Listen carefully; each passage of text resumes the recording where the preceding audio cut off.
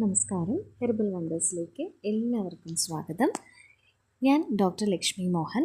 ഇന്ന് നമ്മൾ PCOSനെ പറ്റിയിട്ടാണ് സംസാരിക്കുന്നത്. ഇപ്പോൾ ഈ ഒരു കാലഘട്ടത്തിൽ ചെറിയ പെൺകുട്ടികൾ മുതൽ, അതായത് പീരീഡ് തുടങ്ങുന്ന ടൈമിലുള്ള പെൺകുട്ടികൾ മുതൽ വളരെയധികം പ്രായം ചെന്നവരിൽ വരെയും നമുക്ക് കാണാൻ സാധിക്കുന്ന ഒരു അസ്വസ്ഥത ആണ് ഈ ഒരു PCOS എന്ന് പറയുന്നത്, അല്ലെങ്കിൽ പോളിസിസ്റ്റിക് ഓവറി സിൻഡ്രോം എന്ന് പറയുന്ന ഒരു അസുഖം. ഇത് ഒരു ഹോർമോണൽ ഡിസോർഡറാണ്. ഇതൊരു ഹോർമോൺ വേരിയേഷൻ, ശരീരത്തിൽ ഹോർമോണിൻ്റെ കൃത്യമല്ലാത്ത രീതിയിലുള്ള പ്രവർത്തനം കൊണ്ടുണ്ടാകുന്ന ഒരു ഡിസോർഡറാണ് PCOS.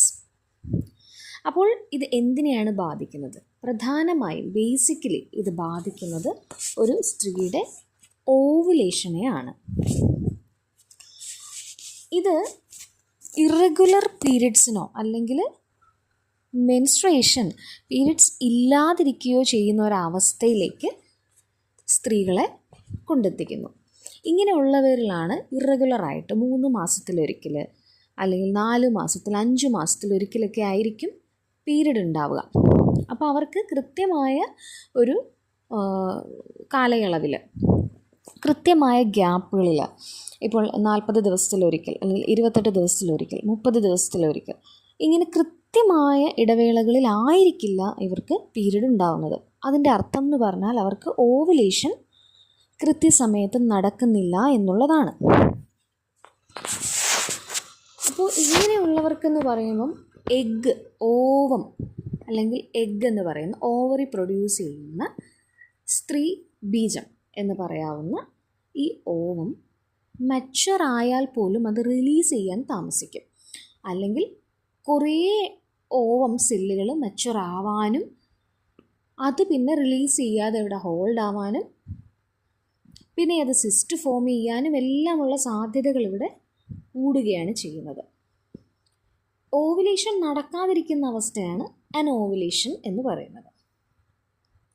ഇത് എങ്ങനെ ശാരീരികമായ പ്രശ്നങ്ങൾ ഉണ്ടാക്കുന്നു എന്ന് ചോദിച്ചാൽ പ്രധാനമായിട്ടും സ്ത്രീകളുടെ ജൈവികമായിട്ടുള്ള ഒരു അവസ്ഥ, അവരുടെ എല്ലാ ബോഡിലി ഫങ്ഷൻസിനെയും വളരെയധികം ബാധിക്കുന്ന രീതിയിലേക്കാണ് ഈ ഒരു ഹോർമോണൽ ഡിസ്ഫങ്ഷൻ നടക്കുന്നത്. അതിൽ പ്രധാനമായി നമുക്ക് എടുത്തു പറയേണ്ട ഒരു കാര്യം മൂഡ് സ്വിങ്സ് ആയിരിക്കും. ഹോർമോൺസ് കറക്റ്റായിട്ടല്ല ഒരു സ്ത്രീയുടെ ശരീരത്തിൽ പ്രവർത്തിക്കുന്നത് എന്നുണ്ടെങ്കിൽ അവർക്ക് അവരുടെ മൂഡ് സെൻസുകളെ ഒന്നും കറക്റ്റായിട്ട് കൺട്രോൾ ചെയ്യാൻ പറ്റില്ല. ദേഷ്യം, സന്തോഷം, സങ്കടം, പലതരത്തിലുള്ള വികാരവിചാരങ്ങളെല്ലാം കൂടിയിട്ട് ഒരു വിസ്ഫോടനമായിരിക്കും അവർക്ക് സംഭവിക്കുക. അവർക്ക് ഭയങ്കരമായിട്ടുള്ള ബ്രെയിനിലും അതുപോലെ തന്നെ അവർക്ക് കോൺസെൻട്രേഷൻ ഇല്ലായ്മ, ദേഷ്യം, അതികഠിനമായ ശരീരത്തിൽ ഉണ്ടാവുന്ന ചൂട്, പിന്നെ അമിതമായ വിശപ്പ്, ഇങ്ങനെ പലതരത്തിലുള്ള ബുദ്ധിമുട്ടുകളും ശാരീരികമായി വരും. വിവാഹിതരാണ് എന്നുണ്ടെങ്കിൽ അവർക്ക് യാതൊരു കോൺട്രാസെപ്റ്റീവ് മെത്തേഡ്സും ഇല്ലാതെ തന്നെ ട്രൈ ചെയ്തിട്ടും കൺസീവ് ആകാൻ ബുദ്ധിമുട്ടായിരിക്കും. കാരണം അവിടെ ഓവുലേഷൻ്റെ അഭാവമോ അല്ലെങ്കിൽ കൃത്യമായ ഓവുലേഷൻ ഇല്ലായ്മയോ കാരണം ഓവുലേഷൻ ട്രാക്ക് ചെയ്യാൻ സാധിക്കാതെ വരികയും അതുവഴി പെട്ടെന്നുള്ളൊരു പ്രഗ്നൻസി പോസിബിൾ അല്ലാതെ വരികയും ചെയ്യുന്നു എന്നുള്ളതാണ് ഈ ഒരു അവസ്ഥയുടെ വെല്ലുവിളി. അപ്പോൾ എന്താണ് ഈ ഒരു അവസ്ഥ? നമ്മളുടെ ലൈഫ് സ്റ്റൈൽ ചേഞ്ചസുകളിലും അതുപോലെ തന്നെ മെഡിക്കേഷൻ കൊണ്ടും ഓവുലേഷൻ ഇൻഡക്ഷൻ ചെയ്തുകൊണ്ടും ഒക്കെ ഇത് മൂലമുള്ള PCOS മൂലമുള്ള ഇൻഫെർട്ടിലിറ്റിയെ ട്രീറ്റ് ചെയ്യാൻ സാധിക്കും.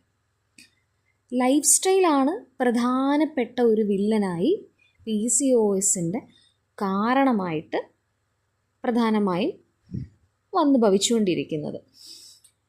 ഇപ്പോൾ ചെറിയ പെൺകുട്ടികൾ ആർത്തവം തുടങ്ങുന്ന സമയം മുതൽ തന്നെ അവർ കഴിച്ചു വരുന്ന ഭക്ഷണങ്ങൾ അമിതമായിട്ട് ഫാറ്റും അതുപോലെ തന്നെ ജങ്ക് ഫുഡും പിന്നെ ടേസ്റ്റ് മേക്കേഴ്സ് പോലുള്ള പല അഡിക്റ്റീവ്സുമെല്ലാം ചേർത്തിട്ടുള്ള വളരെ അപകടകാരികളായിട്ടുള്ള ആഹാര പദാർത്ഥങ്ങൾ, തണുത്ത ആഹാര പദാർത്ഥങ്ങൾ, അമിതമായി ഷുഗർ ചേർന്നിട്ടുള്ള ആഹാര പദാർത്ഥങ്ങൾ, ഇങ്ങനെയുള്ളതെല്ലാം കഴിക്കുമ്പോൾ അത് ഹോർമോണൽ ഫങ്ഷനെ ബാധിക്കുകയും അവർക്ക് കൃത്യമായിട്ടുള്ള ഓവുലേഷൻ നടക്കാതിരിക്കുകയും ഓവറിയിൽ അതിനനുസരിച്ചുള്ള വ്യത്യാസങ്ങൾ, ഫോളിക്കുലർ മച്ചുലേഷനൊക്കെ കറക്റ്റായിട്ട് നടക്കാതിരിക്കുകയും അങ്ങനെ ഓവുലേഷൻ ഡിലേ ആവുകയും പിന്നെ അത് ഭാവിയിൽ ഇത്തരത്തിലുള്ള ശാരീരിക ബുദ്ധിമുട്ടുകളിലും അതുപോലെ മാനസിക പിരിമുറുക്കങ്ങളിലും എല്ലാം കൊണ്ടുചെന്ന് എത്തിക്കുന്നു.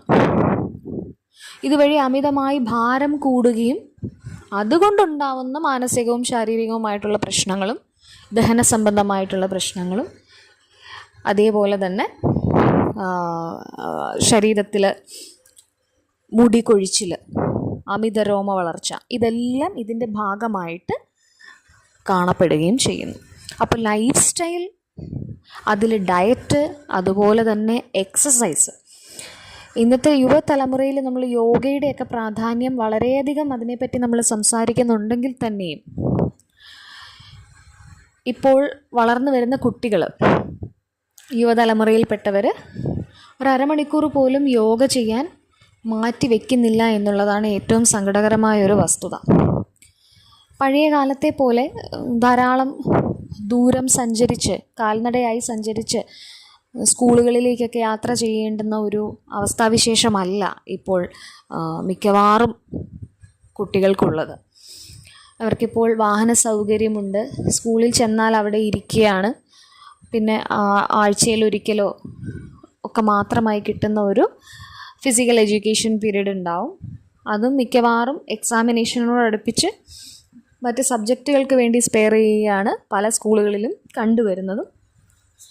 ഫിസിക്കൽ ആക്ടിവിറ്റി ഇല്ലായ്മ, പിന്നെ സ്കൂളിൽ നിന്ന് വീട്ടിൽ വന്ന് വീണ്ടും ട്യൂഷന് പോവുക, അല്ലെങ്കിൽ അവർ ഇരുന്ന് പഠിക്കുക.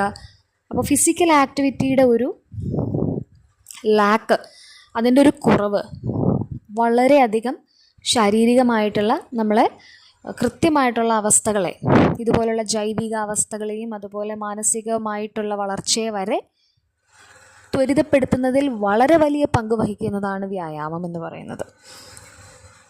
അപ്പോൾ ഈ ഒരു ഡോർമെൻ്റ് ലൈഫ് സ്റ്റൈൽ, അതായത് ആയാസമുള്ള യാതൊരു കാര്യങ്ങളും ചെയ്യാതെയുള്ള ഒരു സെഡൻറ്ററി ലൈഫ് സ്റ്റൈൽ, ഭക്ഷണം കഴിക്കുക, എന്താണോ പറഞ്ഞിട്ടുള്ള പഠനമാണെങ്കിൽ പഠനം, ജോലിയാണെങ്കിൽ ജോലി എന്നുള്ള രീതിയിലേക്ക് മാത്രം ഒതുങ്ങിപ്പോവുകയും അവിടെ നിന്ന് കിട്ടുന്ന ഒരു ഫ്രീ ടൈം ഇഷ്ടമുള്ള എന്തെങ്കിലുമൊക്കെ ജങ്ക് ഫുഡ്സിന് വേണ്ടിയിട്ട്, അല്ലെങ്കിൽ കരിച്ചതും വറുത്തതും പൊരിച്ചതും നോൺ വെജുമായിട്ടുള്ള high fat and high protein ആയിട്ടുള്ള ഇതേപോലെയുള്ള ഇപ്പോൾ ഞാൻ പറഞ്ഞതുപോലെയുള്ള ജങ്ക് കാറ്റഗറിയിൽ പെടുന്ന ഫുഡ്സ് കഴിക്കുവാൻ വേണ്ടിയിട്ടും ചോക്ലേറ്റ്സ് കഴിക്കാൻ വേണ്ടിയിട്ടും ഷുഗറി ആയിട്ടുള്ള മറ്റു ഐസ്ക്രീംസ് പോലുള്ള കാര്യങ്ങളിലേക്കുമൊക്കെയാണ് ഇപ്പോഴത്തെ തലമുറ സ്പെയർ ടൈംസ് അവർ സ്പെൻഡ് ചെയ്യുന്നത്.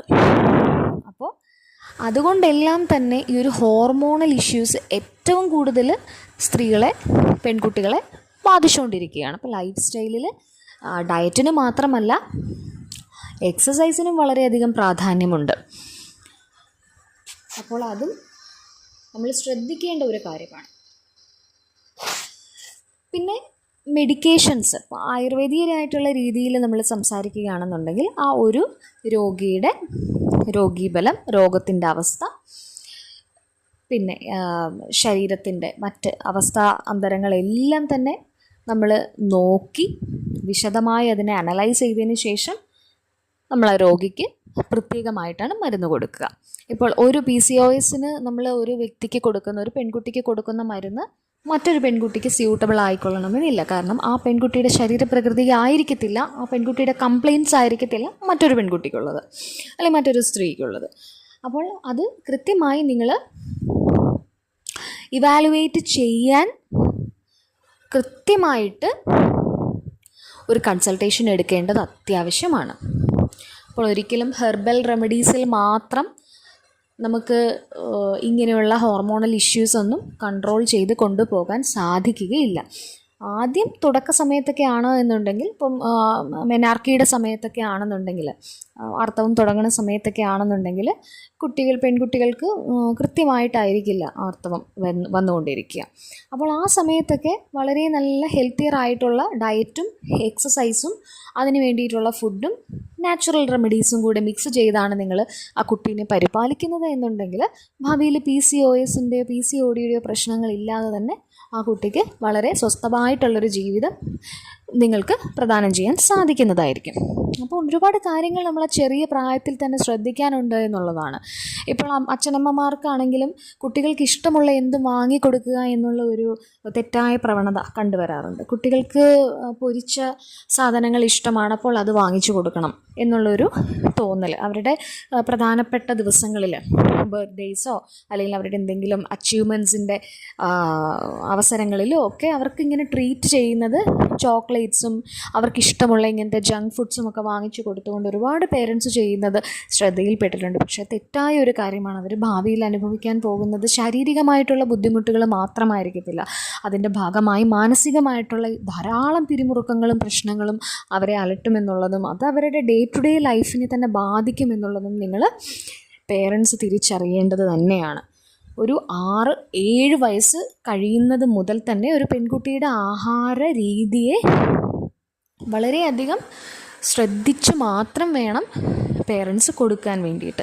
കണ്ടമാനം ഫാറ്റ് ആൻഡ് പ്രോട്ടീൻ റിച്ചും അതുപോലെ തന്നെ ജങ്ക് ഫുഡ്സും പ്രോസസ്ഡ് ആയിട്ടുള്ള കാര്യങ്ങളും എല്ലാം തന്നെയാണ് ആ കുട്ടിക്ക് കൊടുത്തുകൊണ്ടിരിക്കുന്നതെന്നുണ്ടെങ്കിൽ ഒരു 8-9 ഇയേഴ്സിൽ തന്നെ ആ കുട്ടി മെനാർക്കി അറ്റൈൻ ചെയ്യുന്നതായിരിക്കും. അപ്പോൾ അത് മാനസികമായിട്ടുള്ളൊരു വളർച്ച, ഒരു സ്ത്രീ എന്നുള്ള രീതിയിലുള്ള അക്സെപ്റ്റൻസ് അതിന് മാനസികമായി കിട്ടുന്നതിന് മുൻപേ തന്നെ ആ കുട്ടി മെനാർക്കിയിലേക്ക് പോവുകയാണെന്നുണ്ടെങ്കിൽ വളരെ ബുദ്ധിമുട്ടായിരിക്കും. അപ്പോൾ അങ്ങനെയൊരു അവസ്ഥയിലേക്ക് ആ കുഞ്ഞിനെ തള്ളിവിടാതെ നിങ്ങൾ തന്നെ കൃത്യമായിട്ടുള്ളൊരു ഡയറ്റ് പ്ലാൻ 6 വയസ്സ് കഴിയുന്നത് മുതലേ പെൺകുട്ടികൾക്ക് പ്രത്യേകമായിട്ടും ശ്രദ്ധിച്ച് നൽകേണ്ടത് അത്യാവശ്യമായിട്ടുള്ളൊരു കാര്യമാണ്. ഇന്നത്തെ ചുറ്റുപാടുകൾ അങ്ങനെയാണ്. അപ്പോൾ പല കാര്യങ്ങളിൽ ഇതുപോലെ തന്നെ വീണു പോകാനുള്ള ബിസ്ക്കറ്റിൻ്റെയൊക്കെ ഉപയോഗം വളരെയധികം കൂടുതലാണ്. അപ്പം അതുവഴിയൊക്കെ കുട്ടികളുടെ ശരീരത്തിലെത്തുന്ന ഷുഗറിൻ്റെ ഇൻടേക്കും വളരെയധികം കൂടുതലാണ്. അപ്പോൾ ഇതെല്ലാം PCODയും PCOSുമായിട്ട് തീരുന്നുണ്ട്. അപ്പോൾ ഇതൊക്കെ ശ്രദ്ധിക്കേണ്ടത് വളരെ ആവശ്യകതയുള്ള ഒരു ഏരിയ ആണ്. ഇനി ഫെർട്ടിലിറ്റി ഇഷ്യൂസ്, PCOS കാരണം ഫെർട്ടിലിറ്റി ഇഷ്യൂസ് നേരിടുന്നവരാണെന്നുണ്ടെങ്കിൽ അവർക്ക് ഈ പറഞ്ഞതുപോലെ തന്നെ നമ്മൾ മെഡിക്കേഷൻസ് ഒരാൾക്ക് ചെയ്യുന്നതായിരിക്കില്ല അടുത്തയാൾക്ക്. അപ്പോൾ തീർച്ചയായിട്ടും കൺസൾട്ടേഷൻ ആവശ്യമാണ്. അപ്പോൾ ഫെർട്ടിലിറ്റി ഇഷ്യൂസ് മാറാൻ വേണ്ടിയിട്ട്, ഓവുലേഷൻ കൂട്ടാൻ വേണ്ടിയിട്ട്, ഓവുലേഷൻ്റെ ചാൻസസ് കൂട്ടാനും ഓവുലേഷൻ കറക്റ്റ് ആക്കാനും ഒക്കെ വേണ്ടിയിട്ടുള്ള കസ്റ്റമൈസ്ഡ് ആയിട്ട് തന്നെ ഓരോ പേഷ്യൻസിനും ഓരോ മെഡിസിൻസ് നമുക്ക് ചെയ്തെടുക്കാൻ സാധിക്കും. അപ്പോൾ അതുവഴി ഓവുലേഷൻ കറക്റ്റ് ആക്കുകയും ഓവുലേഷൻ്റെ സിംറ്റംസ് മനസ്സിലാക്കിയിട്ട് അതിനനുസരിച്ചുള്ള റെമഡീസ് നിങ്ങൾ ഫോളോ ചെയ്യുകയും കൂടെ ചെയ്യുകയാണെന്നുണ്ടെങ്കിൽ ഫെർട്ടിലിറ്റി ഇഷ്യൂസ് ഈസി ആയിട്ട് മാനേജ് ചെയ്യാൻ പറ്റും. കുറച്ചും കൂടി വളരെ കോംപ്ലിക്കേറ്റഡ് ആയിട്ടുള്ള രീതിയിലാണ് നിങ്ങളുടെ ഹോർമോണൽ ഇഷ്യൂസ് പോയിക്കൊണ്ടിരിക്കുന്നത് എന്നുണ്ടെങ്കിൽ അതിൽ ഒന്നെങ്കിൽ നിങ്ങൾ പീരിയഡ്സ് കറക്റ്റ് ആക്കാനുള്ള രീതിയിലുള്ള പല രീതിയിലാണ് നമ്മളതിനെ അപ്രോച്ച് ചെയ്യുന്നത്. പേഷ്യൻറ്റിൻ്റെ അവസ്ഥ അനുസരിച്ച് പല രീതിയിലാണ് ഈ ഒരു കണ്ടീഷനെ നമ്മൾ അപ്രോച്ച് ചെയ്യുന്നത്. ചിലർക്ക് എത്രയും പെട്ടെന്ന് ഫെർട്ടിലിറ്റി അച്ചീവ് ചെയ്യണം എന്നുള്ളതായിരിക്കും ചിലരുടെ ഗോൾ. ചിലർക്കെന്ന് പറഞ്ഞാൽ ടൈമുണ്ട്, ആ ഒരു ടൈം കൊണ്ട് പീരിയഡ്സ് റെഗുലർ ആക്കുക, ഓവുലേഷൻ കറക്റ്റ് ആക്കുക എന്നുള്ളതായിരിക്കും ചിലരുടെ മോട്ടീവ്. അപ്പോൾ അതിനനുസരിച്ചുള്ള രീതിയിലുള്ള ട്രീറ്റ്മെൻറ്റ്സ് ഒക്കെ അവൈലബിൾ ആണ്. അപ്പോൾ പ്രത്യേകം കൺസൾട്ടേഷൻ വേണ്ടവർക്ക് കൺസൾട്ട് ചെയ്യാവുന്നതുമാണ്. ഡീറ്റെയിൽസ് ഒക്കെ ഡിസ്ക്രിപ്ഷൻ ബോക്സിലുണ്ട്. അപ്പോൾ ആയുർവേദയിൽ ഞാൻ പറഞ്ഞു വരുന്നത് വളരെ ഫലപ്രദമായിട്ടുള്ള സൈഡ് എഫക്ട്സ് ഇല്ലാത്ത രീതിയിലുള്ള ട്രീറ്റ്മെൻറ്റ്സ് ലഭ്യമാണ് എന്നുള്ളതാണ്. പിന്നെ ഓവുലേഷൻ ഇൻഡക്ഷൻ, നമ്മൾ മോഡേൺ മെഡിസിനിൽ ഓവുലേഷൻ ഇൻഡക്ഷൻ ചെയ്യാറുണ്ട് ഫെർട്ടിലിറ്റി ട്രീറ്റ്മെൻറ്റിൻ്റെ ഭാഗമായിട്ട്. അപ്പോൾ അതിന് ടാബ്ലറ്റ്സ് കൊടുത്ത് ഓവുലേഷൻ വരുത്തുകയാണ് ചെയ്യുക. ഓവത്തിനെ മച്ചുറാക്കി റിലീസ് ചെയ്യുകയാണ് ചെയ്യുക. സെയിം പ്രൊസീജിയർ നമുക്ക് ആയുർവേദത്തിലും ഉണ്ട്. അതേപോലെ ഓവുലേഷൻ ഇൻഡക്ഷൻ ചെയ്യാൻ വേണ്ടിയിട്ടുള്ള, ഞാൻ മുൻപ് പറഞ്ഞതുപോലെ തന്നെ ചിലർക്ക് ഓവുലേഷൻ ആയിരിക്കും ആദ്യം വേണ്ടത്. അവർക്ക് പീരിയഡ്സ് റെഗുലർ ആക്കിക്കൊണ്ട് വരാനുള്ള, ബോഡിയെ ടൈം ചെയ്തെടുക്കാനുള്ളൊരു ടൈം അവർക്ക് ഉണ്ടാവില്ല. അപ്പോൾ ആ ഒരു സമയത്ത് അവർക്ക് ഓവുലേഷൻ ഇൻഡക്ഷൻ തന്നെയായിരിക്കും ഏറ്റവും ഫലപ്രദമായിട്ടുള്ളൊരു മാർഗം എന്ന് പറയുന്നത്. അപ്പോൾ അതിന് വേണ്ടിയിട്ടുള്ള മെഡിസിൻസും ആയുർവേദയിൽ അവൈലബിൾ ആണ്. അപ്പോൾ നമ്മളുടെ ഈ ആയുർവേദിക് മെഡിസിൻസിൻ്റെ ഒരു പ്രത്യേകത എന്ന് പറഞ്ഞു കഴിഞ്ഞാൽ അത് കൃത്യമായ രീതിയിൽ നമ്മൾ ഉപയോഗിക്കുകയാണെന്നുണ്ടെങ്കിൽ ഭാവിയിൽ ബ്രസ്റ്റ് ക്യാൻസറോ അല്ലെങ്കിൽ ഒവേറിയൻ സിസ്റ്റോ ഫൈബ്രോയിഡ്സോ ഇതിനൊന്നുമുള്ളൊരു സാധ്യത ഉണ്ടാവുന്നില്ല എന്നുള്ളതാണ്. ഇപ്പോൾ ഓവുലേഷൻ ഇൻഡക്ഷൻ നമ്മൾ അല്ലാത്ത രീതിയിൽ ഹോസ്പിറ്റലുകളിൽ ചെയ്യുന്ന അതിന് ടാബ്ലറ്റ്സ് കൊടുക്കാറുണ്ട്. അപ്പോൾ അത് 6 മന്ത്സിൽ കൂടുതലൊക്കെ ഇത് വീണ്ടും വീണ്ടും ഉപയോഗിക്കുന്നവരിൽ വളരെയധികം കണ്ടുവരുന്ന ഒരു ഉപദ്രവമാണ് ബ്രസ്റ്റ് ക്യാൻസറും അതുപോലെ തന്നെ ഓവേറിയൻ സിസ്റ്റുമെല്ലാം. അപ്പോൾ അതെല്ലാം അതിൻ്റെ ഒരു സൈഡ് എഫക്റ്റിൻ്റെ ഭാഗമായിട്ട് നമ്മൾ ബെയർ ചെയ്യേണ്ട ഒരു കാര്യങ്ങൾ തന്നെയാണ്. അപ്പോൾ അങ്ങനെയുള്ള യാതൊരു വെല്ലുവിളികളും ഈ ഒരു ആയുർവേദ ചികിത്സാ രീതിയിൽ ഇല്ല എന്നുള്ളത് നിങ്ങൾ മനസ്സിലാക്കേണ്ട ഒരു വസ്തുത കൂടിയാണ്. അപ്പോൾ പിന്നെ ഉള്ളതെന്ന് പറഞ്ഞാൽ വളരെയധികം കൂടിപ്പോയ അവസ്ഥ, നമുക്ക് ഹോർമോൺസിനെ ഒന്നും പിടിച്ചു നിർത്താൻ പറ്റുന്നില്ലാത്തൊരു കണ്ടീഷനിലുള്ള പേഷ്യൻ്റ് ആണെന്നുണ്ടെങ്കിൽ മാത്രമാണ്. അതും അവർക്ക് ടൈമില്ല, അവർ മരുന്നുകളോട് അവരുടെ ബോഡി പ്രതികരിക്കുന്നില്ല. മേ ബി അതിന് മുൻപെടുത്ത മെഡിക്കേഷൻസ് വഴിയോ എന്തെങ്കിലുമൊക്കെ കോംപ്ലിക്കേഷൻസ് വഴി അവർക്ക് ഇതൊക്കെ മാറ്റാനുള്ള ഈ ടോക്സിസിറ്റിയൊക്കെ ശരീരത്തിൽ നിന്ന് മാറ്റാനുള്ള സമയമില്ല. അങ്ങനെയൊക്കെയുള്ള രീതിയിലുള്ള പേഷ്യൻസ് ആണെന്നുണ്ടെങ്കിൽ അവർക്ക് അസിസ്റ്റഡ് റീപ്രൊഡക്റ്റീവ് ടെക്നിക്സ് ഉണ്ട്. അങ്ങനെയുള്ളവർക്ക് അസിസ്റ്റൻറ്റ് റീപ്രൊഡക്റ്റീവ് ടെക്നിക്സ് യൂസ് ചെയ്യാൻ പറ്റും. അത് എന്ന് വെച്ച് കഴിഞ്ഞാൽ IVFും അങ്ങനെയുള്ള കാര്യങ്ങളൊക്കെയാണ്. അപ്പോൾ ഏറ്റവും ഒരു എമർജൻസി സിറ്റുവേഷനിലൊക്കെയാണ് നമ്മൾ ആ ഒരു രീതിയിൽ ചിന്തിക്കേണ്ടത് തന്നെ. അപ്പോൾ വളരെ നാച്ചുറലായ രീതിയിൽ വളരെ ഹെൽത്തിയർ ആയിട്ടുള്ള രീതിയിൽ കൺസീവ് ചെയ്യാനാണ് ആഗ്രഹിക്കുന്നതെന്നുണ്ടെങ്കിൽ ഈ ഒരു കണ്ടീഷൻ മാറ്റിക്കൊണ്ട് തന്നെ വളരെ നാച്ചുറലായിട്ട് യാതൊരു സൈഡ് എഫക്ട്സും ഇല്ലാതെ കൺസെപ്ഷനിലേക്ക് പോകാൻ ഈസി ആയിട്ട് ആയുർവേദം നിങ്ങളെ ഹെൽപ്പ് ചെയ്യുന്നതായിരിക്കും. അപ്പോൾ കുറച്ചൊരു ടൈം നിങ്ങൾ കുറച്ച് കൺജസ്റ്റഡ് ആണ്, അധികം ടൈം സ്പെയർ ചെയ്യാനില്ല എങ്കിൽ പോലും അതിനും വഴികൾ ആയുർവേദത്തിൽ ധാരാളമുണ്ട്. ഓവുലേഷൻ ഞാൻ പറഞ്ഞല്ലോ, ഓവുലേഷൻ ഇൻഡക്റ്റ് ചെയ്യാനും ഒക്കെയുള്ള സൗകര്യങ്ങളുണ്ട്, മരുന്നുകളുണ്ട് അതിനനുസരിച്ചുള്ളത്. ഇതിനൊന്നും സമയമോ അല്ലെങ്കിൽ സാഹചര്യമോ കിട്ടാത്തവർക്കാണ് വളരെ എമർജൻസി ആയിട്ട് അവർക്ക് കൺസീവ് ചെയ്യുകയും വേണം. ഇങ്ങനെയൊക്കെയുള്ള സാഹചര്യങ്ങളിലാണ് IVF പോലുള്ള ചികിത്സാ മേഖലകളിലേക്കൊക്കെ PCOS ഉള്ളവർക്ക് തിരിയേണ്ടി വരിക. അപ്പോൾ മർമ്മപ്രധാനമായ ഒരു കാര്യമെന്ന് പറഞ്ഞു കഴിഞ്ഞാൽ നിങ്ങളുടെ ലൈഫ് സ്റ്റൈൽ മോഡിഫൈ ചെയ്യുക എന്നുള്ളത് തന്നെയാണ്. അത് ആഹാരത്തിൽ മാത്രമല്ല, വ്യായാമത്തിലും കൂടെ അതിലെ വ്യത്യാസങ്ങൾ നിങ്ങൾ കൊണ്ടുവന്നാൽ മാത്രമേ ഈ PCOS നിങ്ങൾക്ക് ഫലപ്രദമായി മാറ്റുവാൻ സാധിക്കുകയുള്ളൂ, വളരെ ഈസിയറായിട്ട് മാറ്റുവാൻ വേണ്ടിയിട്ട് സാധിക്കുകയുള്ളൂ. അപ്പോൾ ഇതിൽ നമ്മൾ ആയുർവേദയിൽ ധാരാളം മെഡിക്കൽ പ്രിപ്പറേഷൻസ് ഉണ്ട്. ഒരിക്കലും ഒരു ഗൂഗിൾ നോക്കിയോ അല്ലെങ്കിൽ ഒരു യൂട്യൂബ് നോക്കിയോ നിങ്ങൾ PCODക്കോ PCOSനോ ഒരു നാച്ചുറൽ റെമഡിയോ അല്ലെങ്കിൽ ഒരു ആയുർവേദിക് മെഡിക്കൽ ഫോർമുലേഷൻസോ ഒന്നും യൂസ് ചെയ്യരുത്. നിങ്ങളുടെ ബോഡി കോൺസ്റ്റിറ്റ്യൂഷൻ അനുസരിച്ച്, നിങ്ങളുടെ അവസ്ഥകളനുസരിച്ച്, നിങ്ങളുടെ മെഡിക്കൽ ഹിസ്റ്ററി അനുസരിച്ച് ഓരോ മെഡിസിൻസും ഒരു ഡോക്ടർ പ്രിഫർ ചെയ്യുന്നത്. അപ്പോൾ അതല്ലാതെയുള്ള മെഡിസിൻസ് ആണ് നിങ്ങൾ ഫോളോ ചെയ്യുന്നതെങ്കിൽ, അതറിയാതെയാണ് നിങ്ങൾക്ക് മെഡിസിൻ തരുന്നതെന്നുണ്ടെങ്കിൽ നിങ്ങൾക്ക് ആ മെഡിസിൻ എടുത്തു കഴിഞ്ഞാൽ അതനുസരിച്ചുള്ള ഫലം കിട്ടുന്നതായിരിക്കത്തില്ല. അപ്പോൾ ഒരു മെഡിസിൻ യൂസ് ചെയ്ത് ഒരു 1.5 മന്ത്സിനുള്ളിൽ തന്നെ നിങ്ങൾക്ക് അതിൻ്റെ റിസൾട്ട് കിട്ടിത്തുടങ്ങണം. അതാണ് ശരിക്കും പറഞ്ഞാൽ ഒരു റിസൾട്ട് എന്ന് പറയുന്നത്. നിങ്ങളുടെ ബോഡി അതിനോട് പ്രതികരിച്ച് തുടങ്ങും. അപ്പോൾ അത് ബോഡി പ്രതികരിച്ച് തുടങ്ങാത്തൊരു നിങ്ങൾക്കതിൻ്റെ വ്യത്യാസങ്ങളൊന്നും മനസ്സിലാക്കാൻ സാധിക്കുന്നില്ല എന്നുണ്ടെങ്കിൽ നിങ്ങളുടെ ശരീരത്തിന് യോജിച്ചിട്ടുള്ളൊരു മെഡിസിൻ അല്ല അവിടെ ഉപയോഗിക്കപ്പെട്ടിരിക്കുന്നതെന്ന് വേണം മനസ്സിലാക്കാനായിട്ട്. ഇപ്പോൾ ഞാനീ പറഞ്ഞതുപോലെ തന്നെ വളരെ വേഴ്സ്റ്റായിട്ടുള്ള രീതിയിൽ ഹോർമോണൽ ഇംബാലൻസ് ഒക്കെ നിങ്ങൾക്ക് വന്ന് അത് മൂഡ് ഫ്ലക്ച്വേഷൻസും അതുപോലെ തന്നെ ഫിസിക്കലി ബാക്കിയുള്ള മറ്റു പല ബുദ്ധിമുട്ടുകളിലേക്കുമൊക്കെ പോകുന്നതിന് മുൻപേ തീർച്ചയായിട്ടും നാച്ചുറൽ റെമഡീസ് നിങ്ങൾക്ക് യൂസ് ചെയ്യാവുന്നതാണ്. പക്ഷേ എപ്പോഴും ഒരു ശാശ്വത പരിഹാരം എന്ന് പറയുന്നത് കൺസൾട്ട് ചെയ്ത് നിങ്ങളുടെ ബോഡിക്കും നിങ്ങളുടെ അവസ്ഥയ്ക്കും നിങ്ങളുടെ പ്രശ്നം എന്താണോ അതിനെ പ്രിസൈസ് ചെയ്ത് അതിനുള്ള മെഡിസിൻ കഴിച്ച് അതിൻ്റെ റൂട്ടിൽ നിന്ന് തന്നെ ആ ഒരു പ്രശ്നത്തെ ഇല്ലായ്മ ചെയ്യുക എന്നുള്ളതാണ് ഏറ്റവും ഫലവത്തായിട്ടുള്ളൊരു മാർഗം. താൽക്കാലിക ശമനങ്ങൾ ഒരിക്കലും നിങ്ങൾക്ക് ദീർഘകാലത്തേക്കുള്ളൊരു പ്രൊട്ടക്ഷൻ ആ ഒരു അസുഖത്തിൽ നിന്നും തരികയില്ല. അപ്പോൾ ഉദാഹരണമായി പറഞ്ഞാൽ നമ്മൾ വേദന സംഹാരികൾ ഉപയോഗിക്കുന്നത് പോലെ തലവേദനയ്ക്ക് വേദന സംഹാരി ഉപയോഗിച്ച് തൽക്കാലം വേദന ശമിച്ചു, അടുത്ത വട്ടം വീണ്ടും തലവേദന വരുന്നു, വീണ്ടും നിങ്ങൾ ടാബ്ലറ്റ് എടുക്കുന്നു. കുറേ വർഷങ്ങൾ ഇങ്ങനെ ഉപയോഗിച്ച് കഴിയുമ്പോഴത്തേക്കും ഈ ടാബ്ലറ്റ് നിങ്ങളുടെ ശരീരത്തിൽ ഒരു റെസിസ്റ്റൻസ് ഉണ്ടാക്കും. ഒന്നെന്നുള്ളിടത്ത് 2 ടാബ്ലറ്റ് ഉപയോഗിക്കേണ്ടി വരും. അതിൻ്റെ ഭാഗമായിട്ട് അടുത്ത ഹെൽത്ത് ഇഷ്യൂസ്, ഡൈജസ്റ്റീവ് ഇഷ്യൂസൊക്കെ ഉണ്ടാവും. അങ്ങനെ പല പല ഇഷ്യൂസിലേക്കാണ് ഇത് പൊയ്ക്കൊണ്ടിരിക്കുന്നത്. അപ്പോൾ നിങ്ങളുടെ സമയവും സാഹചര്യവും ഒക്കെ അനുസരിച്ച് നിങ്ങൾ നോക്കുമ്പം അതായിരിക്കും ഏറ്റവും ഇഫക്റ്റീവായിട്ടുള്ളൊരു വഴി. പക്ഷേ ഒരല്പം നിങ്ങൾക്ക് സ്പെയർ ചെയ്യാനുള്ളൊരു ഗ്യാപ്പ് കിട്ടുന്നുണ്ടോ എന്നുണ്ടെങ്കിൽ തീർച്ചയായിട്ടും ട്രൈ ആയുർവേദ.